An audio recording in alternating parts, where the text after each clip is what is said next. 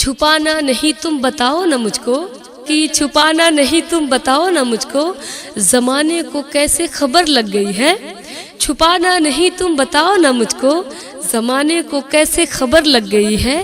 कई दिन से तकरार तुम कर रहे हो, कई दिन से तकरार तुम कर रहे हो, मोहब्बत को जग की नज़र लग गई है।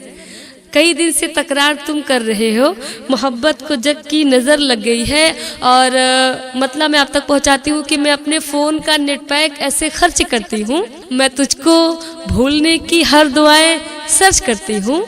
मैं अपने फ़ोन का नेट पैक ऐसे खर्च करती हूँ, मैं तुझको भूलने की हर दुआएं सर्च करती हूँ। मैं किस रास्ते से निकलूँ जो कि तुमसे सामना न हो, मैं किस रास्ते से निकलूँ जो कि तुमसे सामना न हो।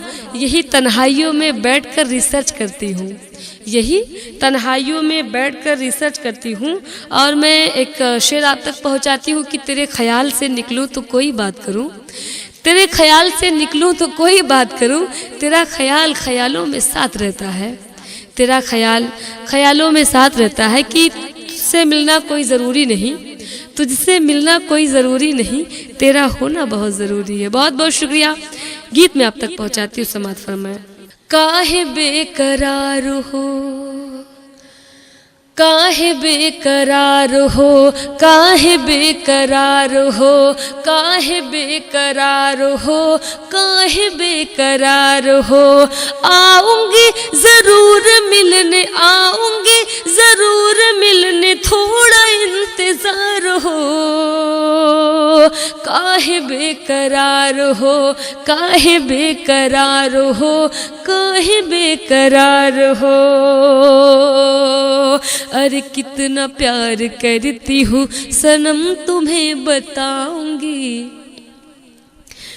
दिल भी चीज क्या तुझे मैं चीर कर दिखाऊंगी। कितना प्यार करती हूँ सनम तुम्हें बताऊंगी, दिल भी चीज क्या तुझे मैं चीर कर दिखाऊंगी। दिल भी दे दिया तुझे तो, दिल भी दे दिया तुझे तो, जान भी निसार हो। काहे बेकरार हो, काहे बेकरार हो, काहे बेकरार हो, काहे बेकरार हो। रोज रोज देख कर के तोहरा हम सपनवा, तनिको नीक नाही लागे हमका ई जहनवा। रोज रोज देख कर के तोहरा हम सपनवा, तनिको नीक नाही लागे हमका ई जहनवा। तोहरा बिन अधूरा लागे, तोहरा बिन अधूरा लागे सारा संसार हो। काहे बेकरार हो, काहे बेकरार हो, काहे बेकरार हो, काहे बेकरार हो। आऊंगी ज़रूर मिलने, आऊंगी ज़रूर मिलने, थोड़ा इंतज़ार हो। काहे बेकरार हो। बहुत बहुत शुक्रिया।